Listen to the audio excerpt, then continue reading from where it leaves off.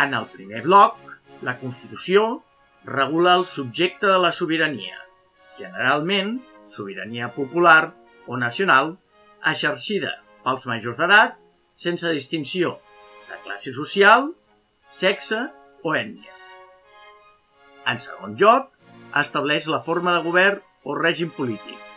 generalment monarquia o república, i el caràcter de l'administració de l'Estat,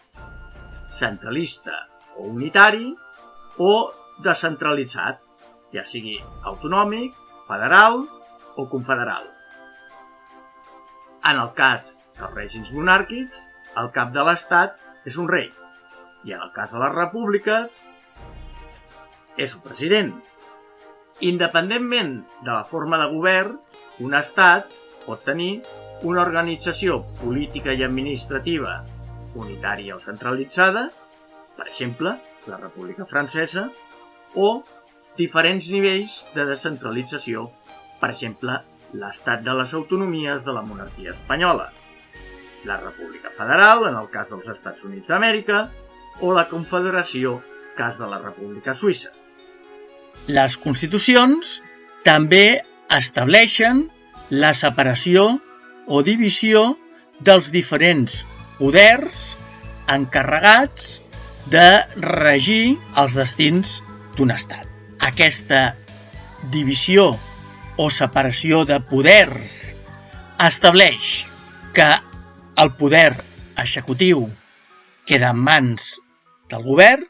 que és el que ha de prendre les decisions i aplicar les lleis, el poder legislatiu en mans del Parlament, encarregat d'elaborar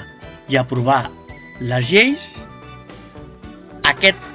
Parlament pot ser unicameral, és a dir, tenir una única càmera de diputats que fa tota la feina, o bé ser un Parlament bicameral en el qual la tasca legislativa es divideix entre la Càmera Baixa, generalment Congrés o Càmera de Diputats, i la Càmera Alta o Senat, que exerceix de contrapès a la de diputats. I, finalment, el poder judicial, que queda en mans dels tribunals, organitzats a diferents nivells, en els quals